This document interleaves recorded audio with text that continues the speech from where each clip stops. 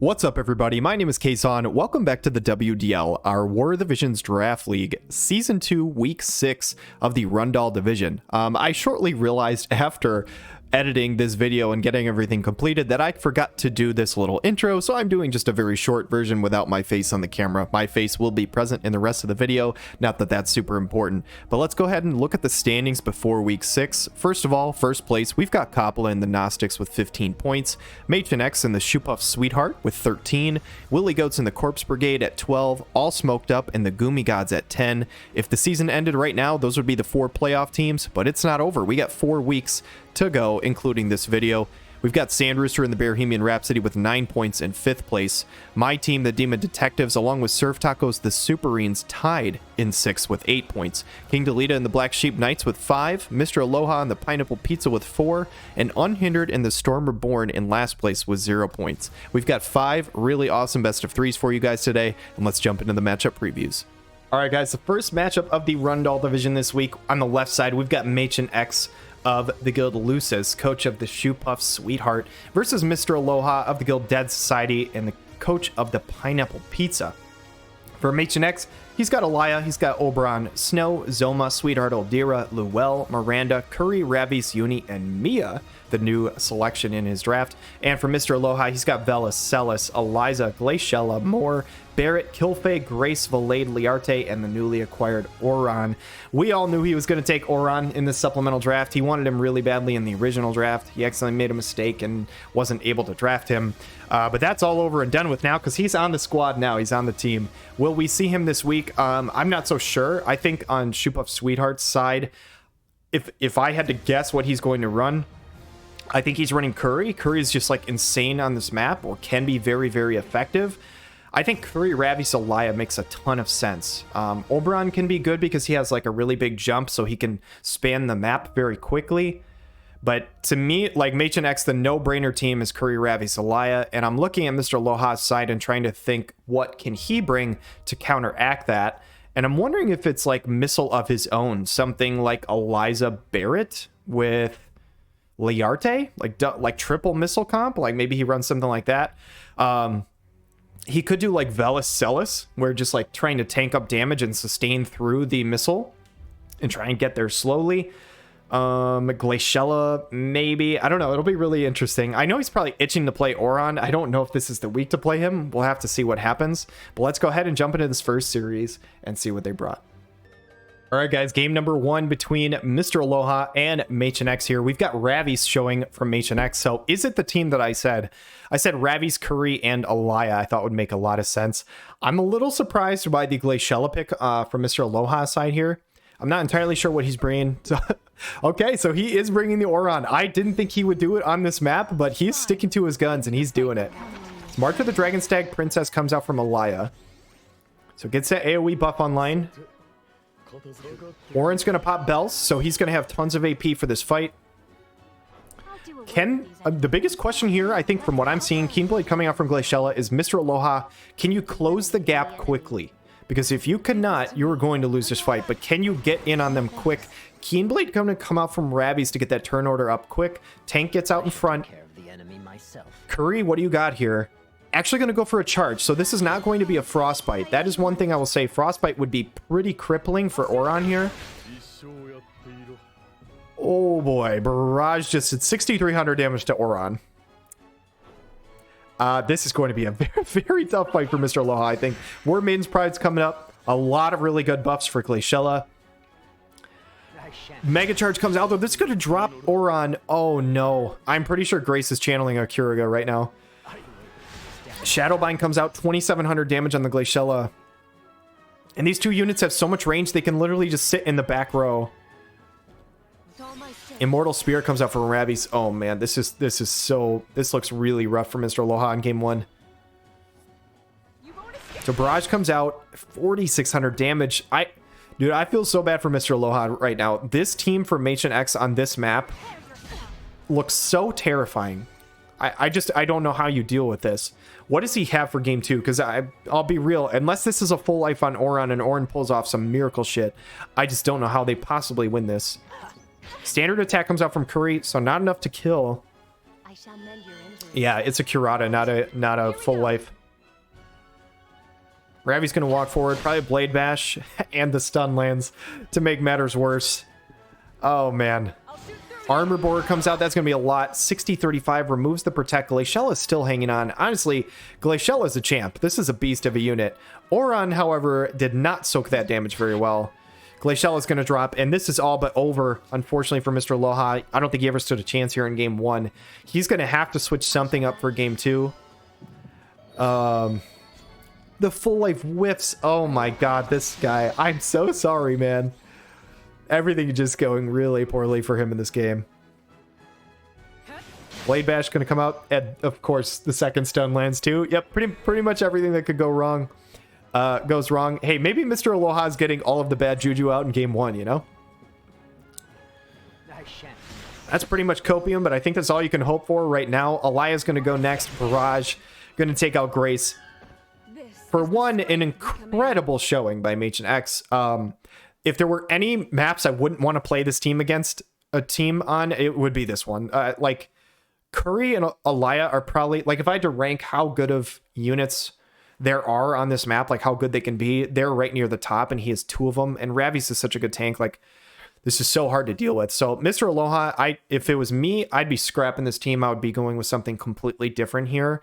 I'm trying to figure out some way to rush as fast as I can across the other side of the map.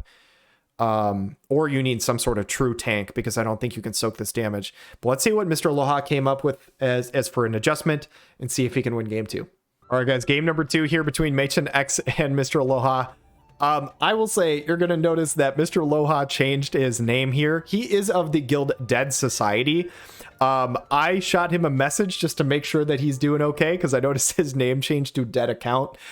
He said he's totally fine and everything's all good. It was more of just like a joke because he was tilted about some Guild Wars stuff. So just want to let you guys know he's all good. Everything's all good. But that is Mr. Aloha on the right side here. So on the left side, we have Alaya, Ravis, and Curry again. This is the exact same team from Mr. Aloha. What kind of adjustment does he have? I don't know, man. I don't know how he's going to... So it looks like he's starting... No, I don't think he's starting any closer. I think this is the same... I like this. Dragoon's Pride, haste and movement up, trying to get across the map as fast as you can. Heart of Flutter, another good idea to get that movement and jump up. Is it enough? But I at least like the adjustment of trying to get across the map quickly. Grace, interestingly enough, did not do anything. They're kind of stacked up in an AoE, though. That does not look great. I imagine this is probably a Frostmaw Barrage on the party. Oh my god, that is a lot of damage. Oh my god, no way Elijah just changed this with a regular Barrage. Oh no. This is the strength we command. I'm so sorry, Mr. Aloha. Man, I'm so sorry, dude. I'm so sorry. MaechenX, you should feel ashamed of yourself. No, I don't feel ashamed of yourself. Your team is freaking fantastic. This game was absolutely nuts. I will say that this is probably a record for the quickest WDL game that we've ever had. I think that previous record probably belonged to Sandrooster in one of his games with the double Jadens. This might have broken that. There were 2 abilities that ended up winning the whole game. That was incredibly impressive from Mr. Aloha's, or from Machen's side. I will say for Mr. Aloha, though, I don't really know what else he could have done. Like, this is probably not the best team he could have came up with. He probably could have ran some missile units, but I think he probably would have lost this regardless. And props to him for being a good sport. Like I said, I shot him a message on Discord, and he seems like he's a really cool guy. So I'm looking forward to my matchup against him later on this season. Hopefully I get to talk to him a little bit and hang out and stuff. That should be a good time. But props to MaechenX, a statement win here in week number 6. But we've got 4 more series for you guys. Let's go check those out. Okay, guys, the second series of this week. We've got my team on the left side. I'm of the Guild Thunder Gods, coach of the Demon Detectives, versus Unhindered of the Guild Eureka's Ward, coach of the Storm Reborn. And on the left side, I'll run through my team. I've got Little Leela the Bold, Ibarra, Lightning, Garvel, Yuna, Moraga, Kane, Shadowlynx, Titus, Severo, and my brand new pick, Gargus. And on Unhindered side, he has Esther, Pissarro, More the Merrier, Little Leela Halloween, Rain, Tifa, Frederica, Phoebe, Sosha, Mish, and his new unit, Urel. Now, looking at the matchup here and kind of things that I expected with this ship deck map, and based on what I thought my team is weaker or stronger against, I really expected Halloween Little Leela. I don't have any ice units on my side, so I obviously don't have a true elemental counter to it. And one of my 2 tanks is Moraga, who is an elemental weakness to her. So then you kind of look at that and say, like, well, what is my other tank on my team? It's Titus. He is not notoriously strong against magic. You can build it up by running one of his red mage passives and, you know, putting an Esper on him to enhance magic resist.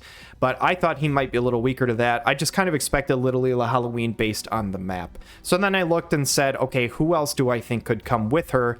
And I thought a couple of teams were likely. I thought it was either going to be Little Ela Halloween, Pissarro, and one of the low cost like Sosha or Mish, or I thought it'd be Little Ela Halloween, Frederica, and Phoebe. And because in my head, I was thinking Little Ela Halloween being able to just like do a blitz strategy with Frederica Barrage and then a Quick and Phoebe, I might be just smoked by a few AoEs like right out of the gate. So that was kind of the number one thing I was concerned about, one of those 2 teams.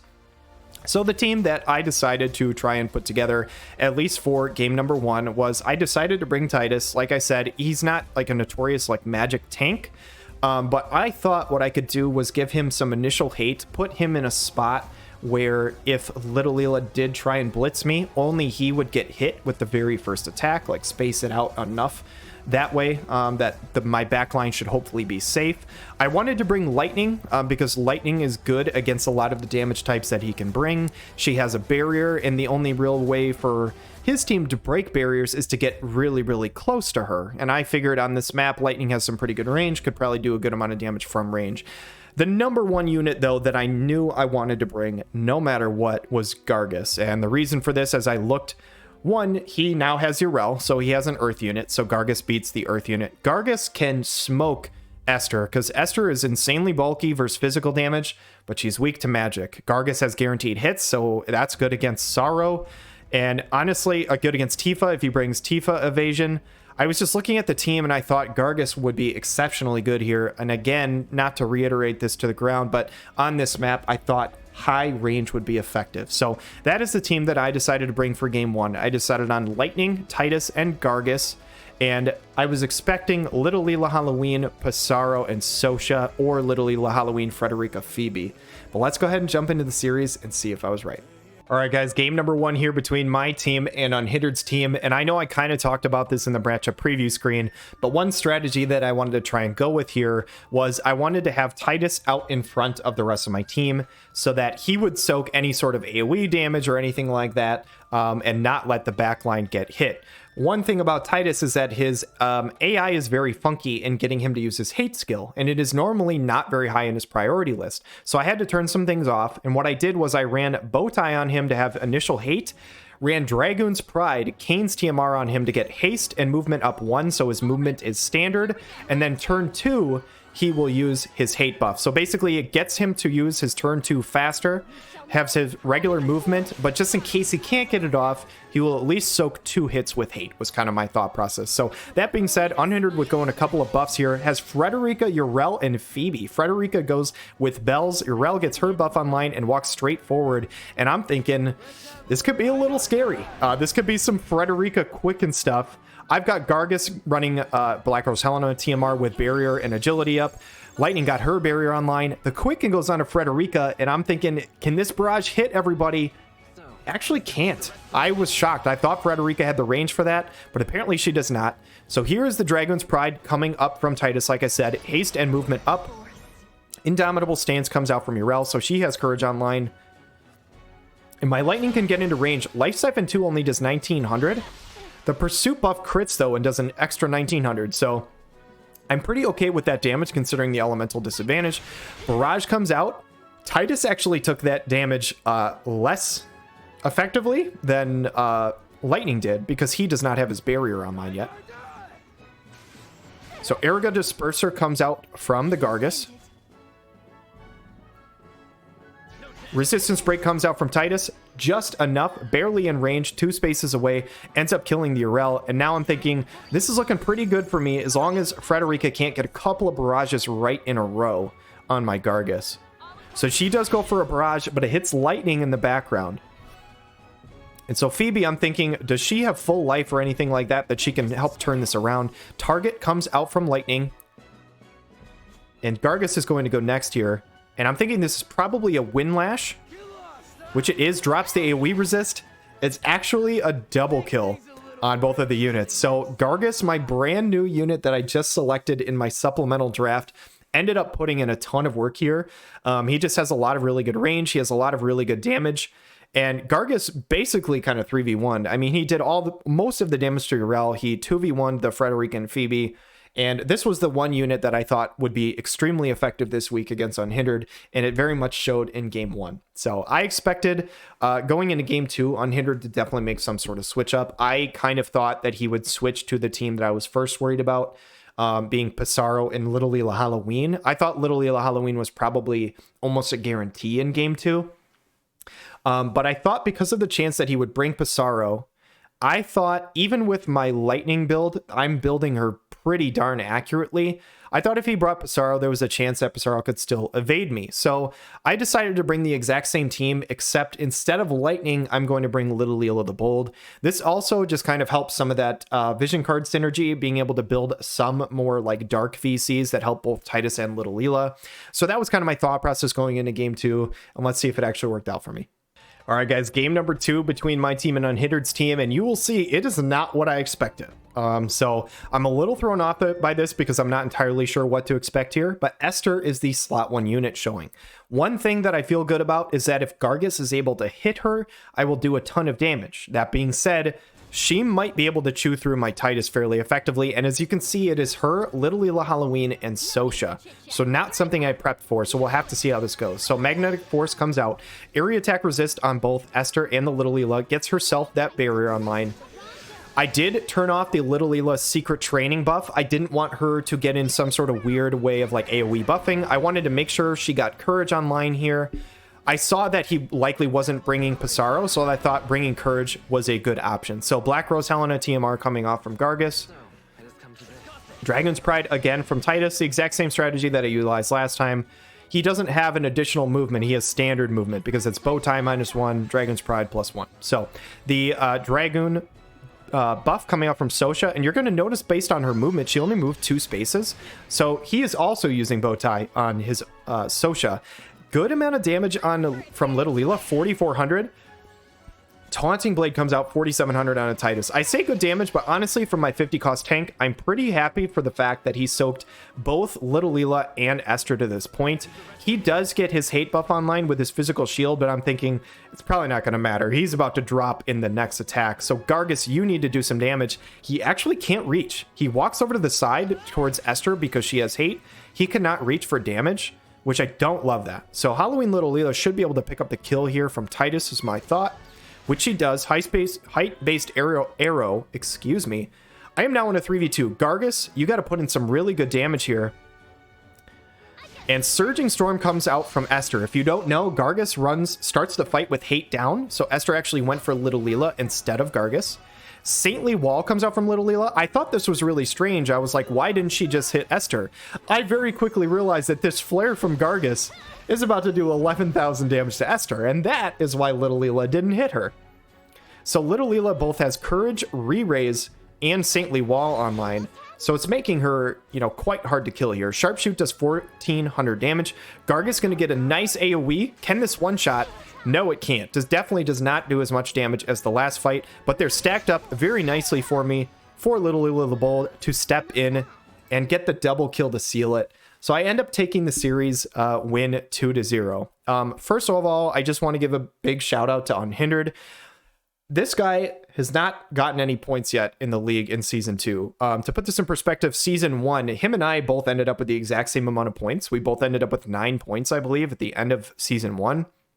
So this guy's not a bad player. He's had a rough run with it. I think his team, like, it's kind of hard to maneuver around some of these matchups and stuff like that. I honestly thought and expected his mentality to be really down when I talked to him. I ended up voice chatting with him, playing the games. That guy is super, super cool. Really, really awesome guy. Unhindered is, like, shout out to him. Amazing dude. He's just, like, got such a positive energy considering the fact that his draft league has not been going super well. I honestly admire that. So props to him, man. It was awesome talking to him. Really, really cool guy. I had an awesome time playing this series against him. I do hope he gets on the board before the end of the year or before the end of the season. I think that would be awesome to see. But I had a good time. I'm excited about the win. Keeps me in the thick of it in that playoff push. We've got 3 more series for you guys to watch, and let's go and jump into those. Series number 3 for you guys today. We got Sandrooster of the guild Get Swifty, coach of Bearhemian Rhapsody, versus King Delita of the guild Hokutin, coach of Black Sheep Knights. And we've got a couple of new Warriors of the Crystal units on these teams, but let's go ahead and take a look at the rosters. So for Sandrooster's team, he's got Jaden, Summer Jaden, and Zazan. And that's all you need to know. No, seriously, he's got Jaden, Summer Helena, Queen of Horn Mashri, Queen, Engelbert, Winter Ravies, Cyrell, Murmur, Zazan, and Joom. And on King Delita's side, he's got Flagbearer Glassy, King of Leonis Mont, Terra, Agrius, Farouche, Winter Mashri, Fina, Helena, Adelard, Vadim, and Renat. Looking at these rosters, I will be straight up. I expect Sandrooster to go with the double Jadens and Zazan. He's been doing that the last few weeks, and on this map, I cannot think of a single reason why he wouldn't do it. I think this map is extremely good for those ranged missile units, and Jaden and Summer Jaden are probably the 2 best. So they're very, very strong there, and I'm looking on King Delita's side, I'm thinking, what can he bring to try and counteract that?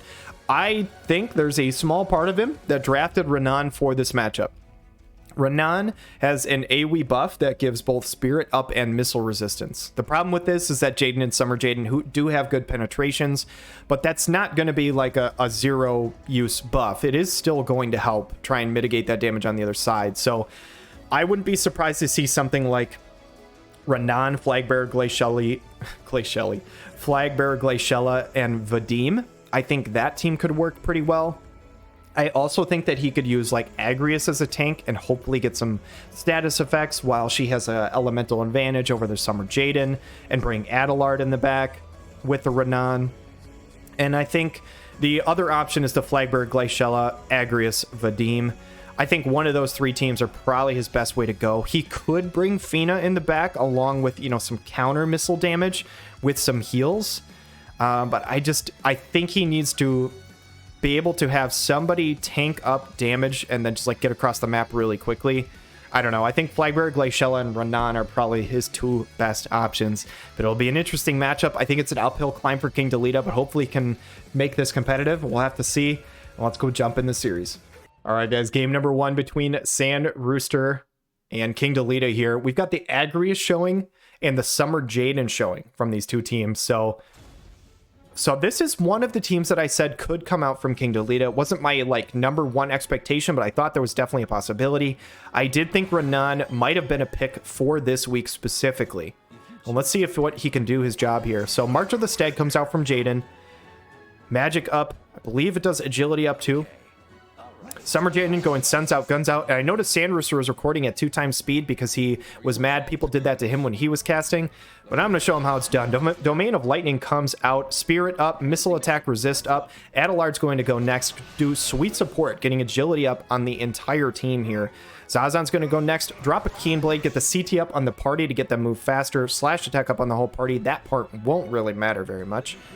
Warming up. This is the Titus TMR. FF 10 Titus, I guess if you want to call it. Critical damage, critical rate up, along with the Pissarro TMR coming out from Summer Jaden. Haste and hate down.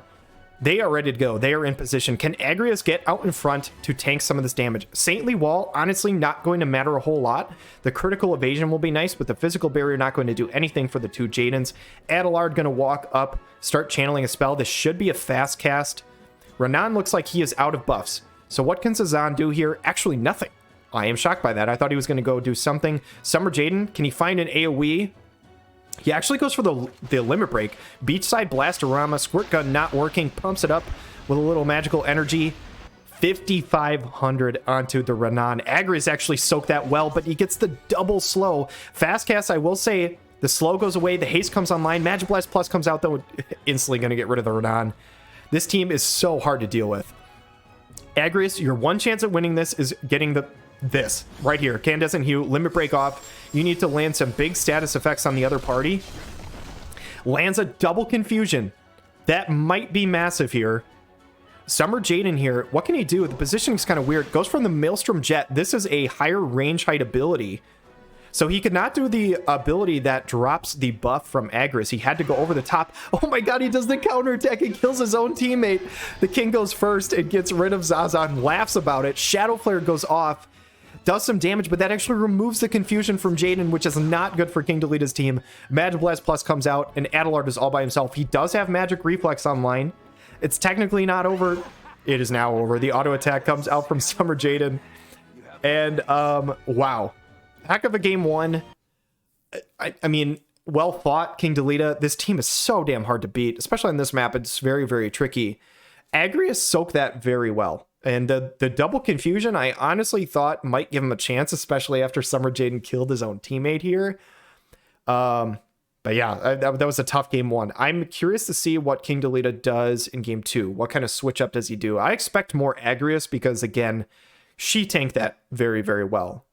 Maybe he goes Agrius like Glaciella here, because I think Glaciella probably soaks the Jadens a little better than Renan. Like, that buff he does is cool, but the amount of penetrations they have, it just might not matter. So I don't know. It'll be interesting to see what can King Delita do in game two. Let's go check it out. Game number 2 here, we've got Summer Jaden and Agrius showing again. So are these the same two team comps, or did King Delita switch it up? I think I saw high attack stat, so I imagine this is probably Glaciella Flagbearer. It is. So Glaciella Flagbearer, Vadim, and Agrius. Interesting. So March of the Stag comes out. Again, agility up, magic up. Same buff rotation as the first game.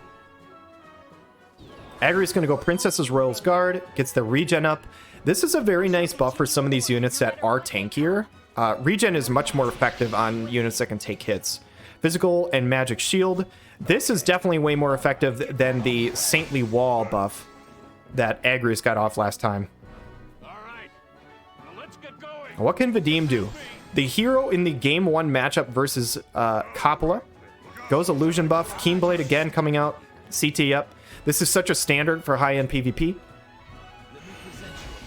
And it looks like the same buff rotation coming out from Sandrooster in game 2 here. Still the Titus TMR. Summer Jaden I don't think can reach. Goes Suns Out, Guns Out.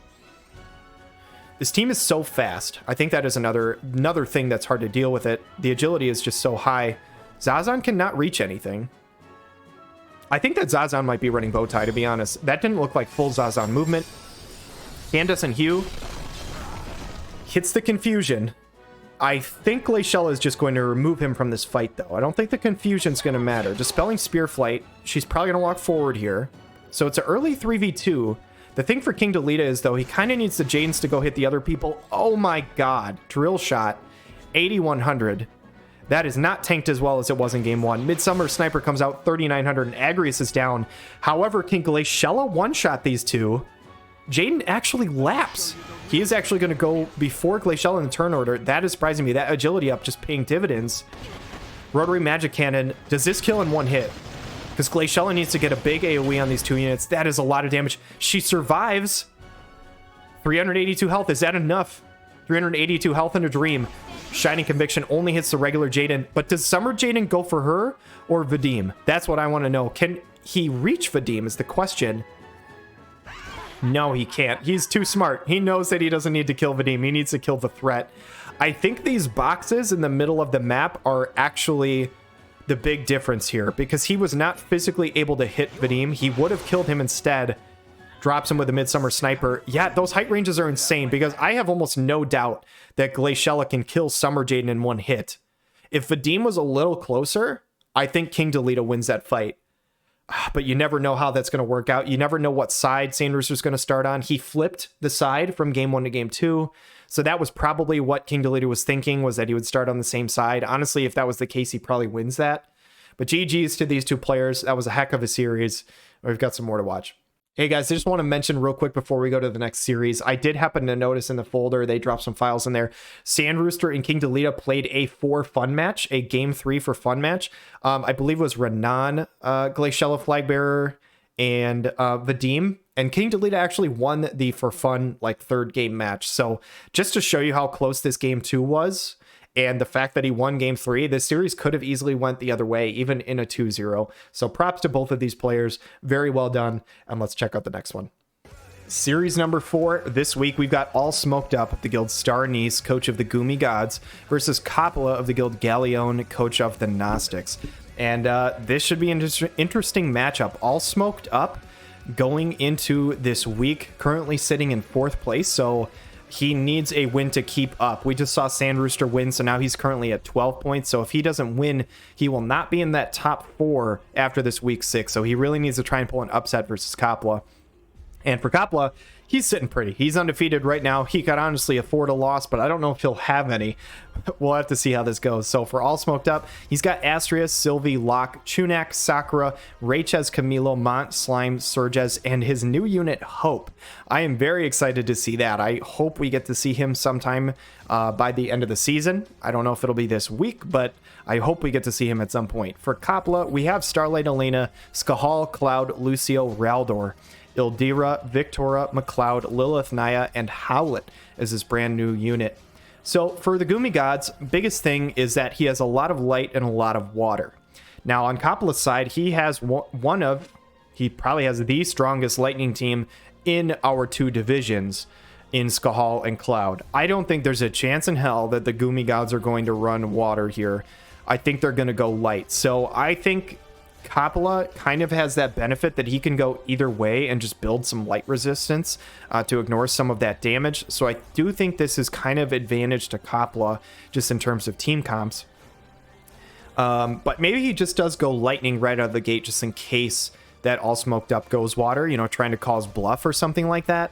But honestly, I'm not sure what exactly we'll see because Coppola has good answers to evasion. So even if you're trying to run like a dodgy Chunak or Locke or something like that, he's got really good answers there. It's going to be an uphill battle. If I'm Gumi Gods, I'm running some accuracy and I'm running some type of light team and I'm praying. That's pretty much what I'm doing. So let's go ahead and check out this series and see what happened. All right, guys, game number 1 between Coppola and AllSmokedUp. We do not have a game preview screen here, so I'm going to hit the play button. We're going to get right into it here. On the left side, we've got Coppola, we've got Skahal, Cloud, and Naya. So this is his lightning team that he has brought out quite a bit.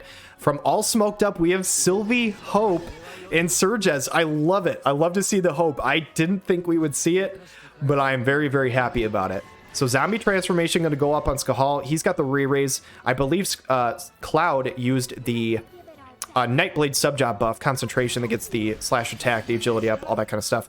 Area attack resist coming out, a very nice move from AllSmokedUp here. Can AllSmokedUp pull off an upset? This would be huge for the standings. It'd be huge for him and his playoff chances. What is Hope going to channel? I honestly don't know if I've ever played against a Hope in my life. He actually goes a hate down buff, which could be kind of nice. Keenblade coming out from Surges. And the shell buff. Very interesting. Does Hope have non-reflectable spells, or does Sylvie have non-reflectable spells? Because I'm not sure why he would opt into Shell over Reflect. My thought is probably one of them has non-reflectable. Imperilga hits the Cloud right out of the gate, drops the AoE resist, I believe. Keenblade coming out from Cloud. A decent amount of damage to Skahal. The question is, can you hit him again before Naya heals? That's the big thing. Skahal going to walk up, I imagine probably obliterate Hope here. He did get some AoE resist from one of the TMRs. Nighthawk comes out, though, and Surges actually kills Skahal before the channel goes off. So no damage onto the Hope here. Naya's going to go for a heal. The turn order, though, is still in Coppola's favor. Cloud and Skahal are still going to go first before Sylvie. It's kind of a surprise. Cross Slash coming out from Cloud here. 8,300 damage. Hits the paralysis as well. Paralysis, kind of a weird status effect, not one we see every time. And I think Skahal is actually going around since the hate down is on Hope. Yeah, goes for Thundaga, Disposer, and takes out the Surges. That is good for AllSmokedUp. Paralysis is one of those weird ones that it basically is a chance of stunning them each turn. So we'll have to see if it happens. A Limit Break coming out from Sylvie, Make a Wish. So it's going to keep Hope topped up. And now RNG needs to be in AllSmokedUp's favor here. Will Hope get to act or not is the question. I believe this lasts 3 turns. Yeah, so turn 1, paralysis goes off. He does not get to act. That status effect from Cloud, pretty massive here. And Ascension going to come out. This breaks barriers. I imagine this will do a ton of damage to Sylvie. Honestly, that wasn't that bad. 4882, and Cloud is actually out of AP as I look at that. Sylvie tanked that up pretty darn well. Skahal going to go for a Thundaga or a Flare? What does Naya have here? Is this regen? Thundergo Disposer coming out on Sylvie, and she tanked that too, 4,300. Is Sylvie putting on a show? I can't believe how little she's taking. I know she does have Shell, but still, oh my god, the paralysis again from Hope. Cannot act again. It looks like she has heals off. Clever Paladin Strike takes out the Naya, does some damage, and slows Cloud. Cloud's going to get the standard attack, drop Sylvie. She does have re-raise though. If Hope can get some AoE damage down, is he going to be paralyzed again? Yes, a third time in a row. That is just brutal for AllSmokedUp here. And you have to imagine any chance that he probably had is probably gone with all these paralyses. Thundergo Disposer, it's going to take out the Sylvie. Hope might finally get to act here. What is he going to do? He's going to channel a spell. How much damage does this do to Cloud? The answer is 0, because he reflexes. Man, AllSmokedUp getting, I will say, pretty unlucky this fight. Skahal going to go. Thunder, that's going to take out Hope. That's going to be the game 1 victory. I will say, like, Coppola obviously wins that game. RNG goes differently. Maybe AllSmokedUp wins that. There were 4 turns for Hope that went through that he didn't get to do a single thing. There were 3 paralysis turns and then the reflex on Cloud. Obviously, Skahal still had Zombie TMR on. But I am not 100% convinced that Coppola wins that if those paralyses don't come off. I think that kind of bit him in game 1. So the question here for me is, does AllSmokedUp run the exact same comp and just hope for the best? Maybe you run, like maybe you somehow try and grind out a really quick like paralysis resist Trust Stone or something like that. Because I think that was definitely the game changer in game 1. On the other side for Coppola, does he end up just switching it up anyway because he realizes, you know, if RNG goes a little different, maybe he doesn't win that? It's hard to say. So let's go ahead and jump into game 2 and see what the adjustments are. All right, guys, game number 2 here between Coppola and AllSmokedUp, and it looks like a switch up from both sides here. So Coppola looking for that light team instead of the lightning. Elena, Lucio, Naya, and from AllSmokedUp, he is still running Hope, but he's running Sakura Mont. So maybe hoping for the lightning team from Mont to soak up some of that lightning damage, going with the double magic damage dealing threat of Sakura and Hope. Sakura's going to walk straight forward with Eternal Pain. How much damage does this do? Because she's putting herself kind of out on a limb here. It misses, I think, twice against Elena. I think it might have hit 1 time. Does an okay damage to Lucio. And this is Imperial Go from Hope. Oh my god, just barely doesn't kill Lucio. But I think Mod picks up this kill here. He does. 519, and the tank is forward. This is looking pretty good for AllSmokedUp. Naya obviously does have 2 full life charges. So the question here is, does Elena kill Sakura, I think? This full life is going to go off. Looking at the turn order, it's Elena, Sakura, Hope. If Elena, like if Sakura lives this hit, I think AllSmokedUp is in great shape. The question is, does she survive this hit? She does not. Yeah, she drops to that. Elena Limit Break is just so damn strong. Hope is, honestly, Hope looked like a decent unit last time when he was able to actually get his hits off, but I don't know if it's going to matter here. Imperigo is going to go off. Actually misses the unit anyway. I don't think AllSmokedUp has the accuracy to hit her. So even if he is able to kill Lucio, I don't think he has a chance of killing the Starlight Elena. And Coppola continues to look like the squad to beat here. I mean, unless Hope has some sort of miracle up his sleeve, I just don't see how he wins this. Lux Overflow coming off from Elena, 7,200 damage. And that is a game 2 victory here from Coppola. Honestly, a much more one-sided win than game 1. Game 1 looked, at the end of it, one-sided, but I don't think it was. I think it was very, very close. This game was much more one-sided, to be honest. So congrats to Coppola. He's now at 18 points. Incredibly impressive for him. And to AllSmokedUp, honestly, GG's, a great performance, a great effort. Honestly, Cop looks like the strongest team in our division, so beating him is not very easy. He was still sitting there at 10 points, so he's right in the thick of it for the playoff push. And I believe we have 1 more series to go, and let's go watch that one. All right, guys, the final matchup of this week. We've got SurfTaco of the guild Dead Society, coach of the Superrenes, versus Willy Goats of the guild Solaris, coach of the Corpse Brigade. And these are a couple of teams fighting for that playoff spot. Willie Goats, if he wins this, I think his chances at making playoffs are very, very high. And SurfTaco kind of needs to win this to keep his chance of playoffs alive. Looking at the rosters here, SurfTaco, we've got Perrine, we've got Shadowlinks on Ice, Halloween Lucia, Summer Elsie, Aerith, Halloween Frederica, Whisper, Elshra, Ramada, Little Leela, and newly added Winter Venera. Willie Goats, he's got Knight of Ruin Stern, Dark Fina, Joker, Orlando, Ramza, Ketone, Delita, Gafgarian, Mustadio, Balo, and Warrior of Light. Now, I will say, I like the Venera Winter pick for SurfTaco just for elemental reasons, as like a counter to Lightning potentially coming into him. I love the Warrior of Light pick by Willie Goats. This was a strong unit in Season 1, and that was before he had his Mastery 2 with like his self-heal that he has now. So I think this is an incredible tank at 80 cost, and it was something that he was missing. I thought it was a very, very good pick by him.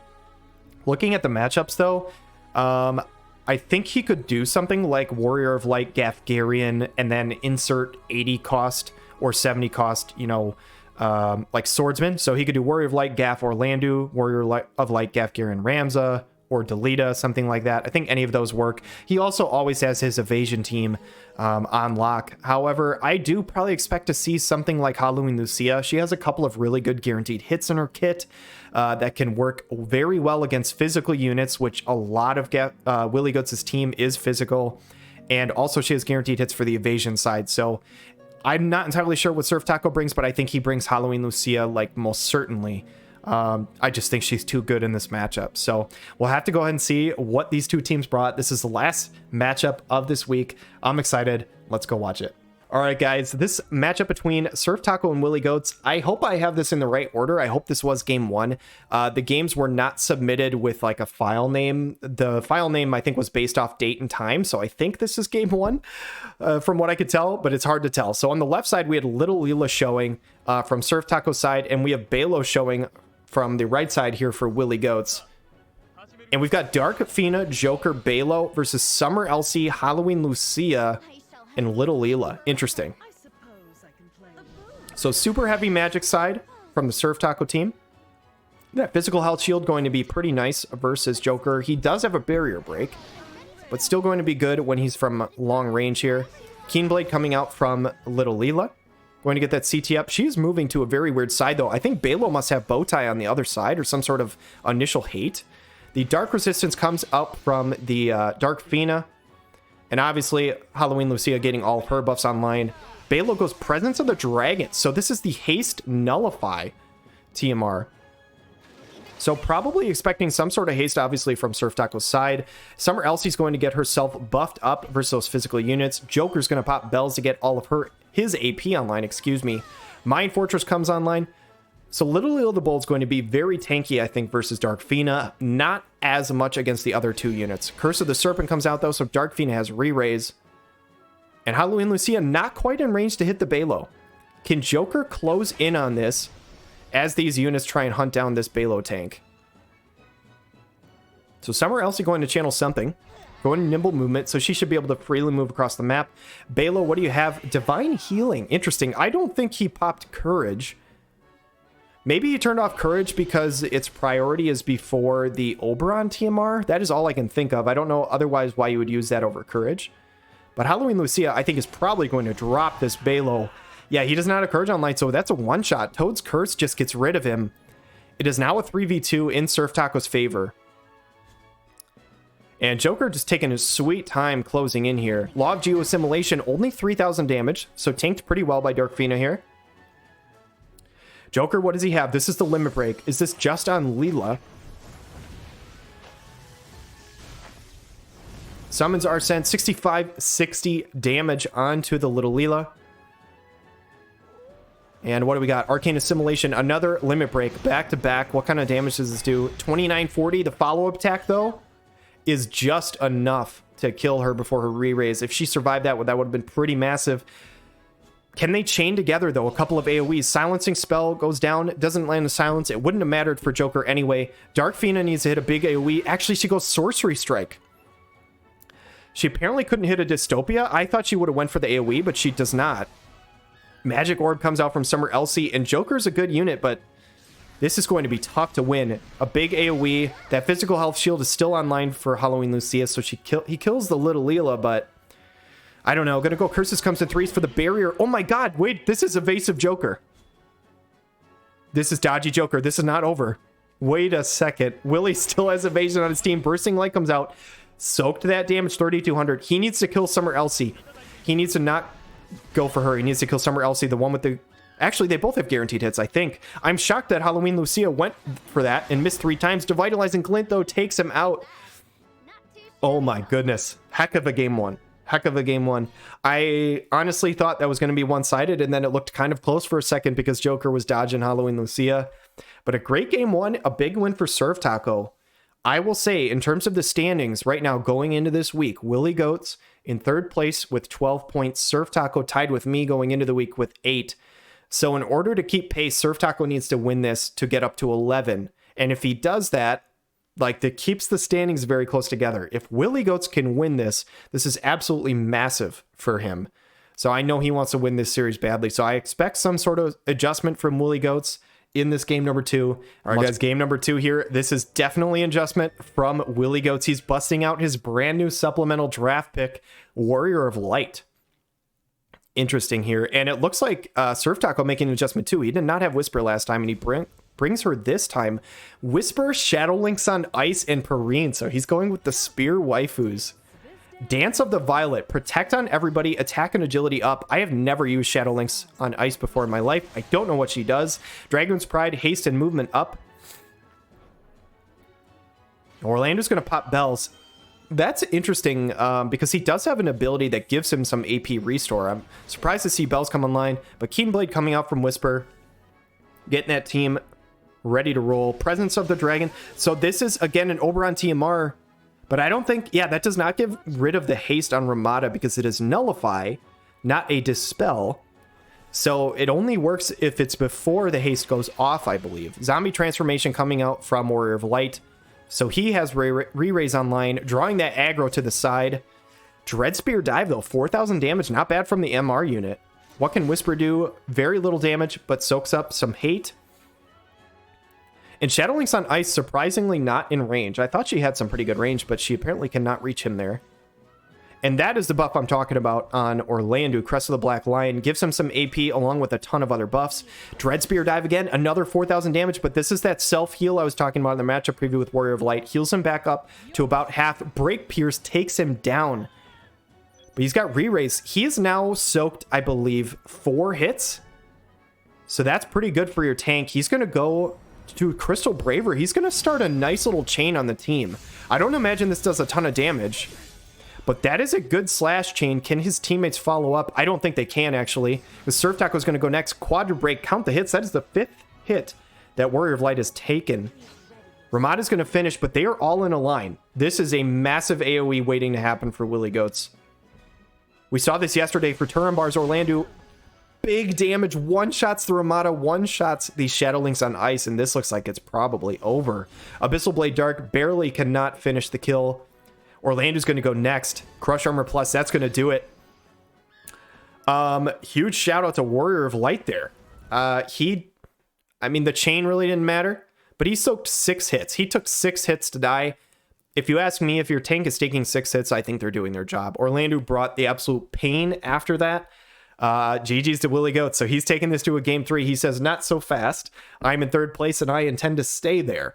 So this is our final series of the day. This is our final game of the day. Glad that we can end it up in a 3-game series. I'm excited to see this. I expect SurfTaco to probably go back to what he brought in game 1. And I expect Willie to probably stick with this. I don't know. It'll be interesting to see. I think probably the 2 winning teams is probably what I expect to come out. But we'll have to go and check that out and see what happens. All right, guys, the final game of the day here. We've got Willie Goats with his Warrior of Light. We've got SurfTaco with the Little Leela. So I think this is exactly what I said. I think this is the game 1 team for SurfTaco and the game 2 team for Willie Goats. All right, so this is a big, big game here for whoever wins. Yeah, this is Summer Elsie. This is Halloween Lucia. This is Little Leela. This is everything the same. Game 1 SurfTaco, game 2 Willie. So this is the AoE resistance buff coming up from Halloween Lucia, getting that physical health shield. Crest of the Black Lion coming out from Orlando tells me that Bells was probably an accident last time. I think he probably forgot to turn that off because he did not use it this time. Still using that Oberon TMR on Gafgarian, though, trying to prevent the haste. So for whatever reason, he really truly believes that haste is a threat from SurfTaco's side. That could be because he has Aerith on his team, trying to prevent anything that Aerith could bring. But SurfTaco is obviously running the Summer Elsie instead. A Law of Safeguarding going to get that Protect and the Shield online. And Protect online for Halloween Lucia as well, along with some additional damage. Bolt Barrage going to come out. So this is a TMR change actually from Orlando. So going with his own TMR, getting a shield online rather than Bells, probably a good move. Holy Bravery, not a lot of damage. Soaked up pretty well by Little Leela. Silencing spell.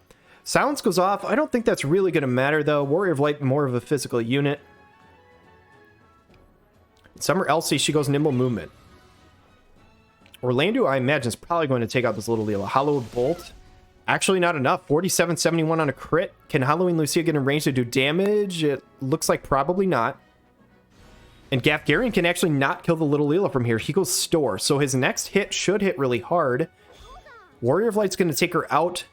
But is he too close to the Orlando on the AoE? This is probably going to be a big AoE from both of these units. I don't know. Can Orlando live this sudden end? Orlando actually did very well there. Has a lot of AoE resist right now. Hallowed Bolt Extreme. Wow, that was actually soaked incredibly well by Summer Elsie. Water units good at soaking damage, apparently. Unintended. Gafgarian's going to go next. Abyssal Blade Dark. Some damage onto Summer Elsie. Gets the counter. Halloween Lucia soaks 2 hits because of the physical damage. Shield, and then it gets the counter kill on Gafgarian. Bursting Light going to come out. Takes out the Warrior of Light. I think this is probably over for Willy Goats. Toad's Curse going to come out. Toads and kills the Orlando in the same turn. That is a Game 3 win for SurfTaco, our Season 1 champion. He won it all last season, and he is not ready to let go of that this season. He wants to make the playoffs really badly, and that series win is going to help his chances. Heck of a series by these two players. I'm glad that was our last series of the day. That was probably the best one we had. GG's to everybody who played in the Rundall division this week, and for the Heinler division as well, but really, really great matches. Our season is 2/3 of the way over. I'm excited to see what the last few weeks hold for us. But let's go look at the stats and the standings. All right, guys, all of our series are over for this week, but let's take a look at the assist leaders after 6 weeks. And Naya of the Gnostics just continues to impress. 40 assists. That is absolutely insane. Well played to Coppola. Second place, no slouch. 30 assists for Little Leela of the Superrenes. In third place, we've got Uni with 21. Zazan of Bearhemian Rhapsody with 19.